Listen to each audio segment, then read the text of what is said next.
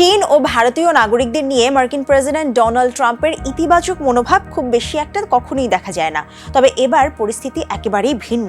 যুক্তরাষ্ট্রের রক্ষণশীল ঘরানার রাজনৈতিক ভাষ্যকার ও রেডিও উপস্থাপক মাইকেল স্যাভেজ অন্যান্য দেশ, বিশেষ করে ভারত ও চীনকে হেলহোল বলে উল্লেখ করেছেন।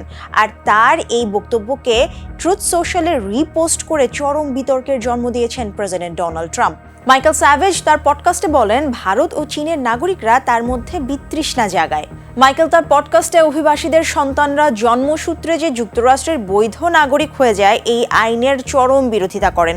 বলেন, এই দুই দেশের মানুষ যুক্তরাষ্ট্রে আসেই সন্তান জন্ম দিয়ে দেশের নাগরিকত্ব নিতে, এরপর তারা তাদের পুরো বংশ নিয়ে এখানে হাজির হয়।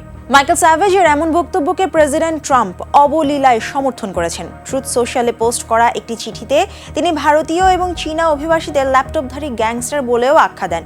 বলেন, এই দুই দেশের নাগরিকরা মার্কিন জাতির বেশি ক্ষতি করেছে যা সব মাফিয়া পরিবার মিলেও করতে পারেনি। রক্ষণশীল স্যাভেজের দাবি, ক্যালিফোর্নিয়ার হাইটেক কোম্পানিগুলোতে শ্বেতাঙ্গরা চাকরি পায় না, পায় চীনা অথবা ভারতীয়রা। তিনি আরও অভিযোগ করেন, বর্তমান ব্যবস্থাকে বার্থ ট্যুরিজম এবং কল্যাণ সুবিধার অপব্যবহারের মাধ্যমে শোষণ করা হচ্ছে। প্রেসিডেন্ট ডোনাল্ড ট্রাম্প দীর্ঘদিন ধরেই জন্মসূত্রে নাগরিকত্ব পাওয়ার এই সাংবিধানিক অধিকারের বিরোধিতা করে আসছেন। দ্বিতীয় মেয়াদে ক্ষমতায় আসার পর 2025 সালে তিনি এই সুবিধা সীমিত করতে একটি নির্বাহী আদেশ জারি করেন, যা বর্তমানে যুক্তরাষ্ট্রের সুপ্রিম কোর্টে বিচারাধীন।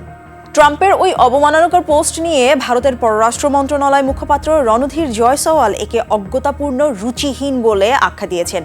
অন্যদিকে ভারতের প্রধান বিরোধী দল কংগ্রেস হেলহোল মন্তব্যটিকে অত্যন্ত অপমানজনক এবং ভারত বিরোধী বলে অভিহিত করেছে। এক্সে এক পোস্টে দলটি বলে, প্রধানমন্ত্রী নরেন্দ্র মোদীর এই বিষয়টি নিয়ে অতি সত্বর মার্কিন প্রেসিডেন্টের সঙ্গে কথা বলা উচিত।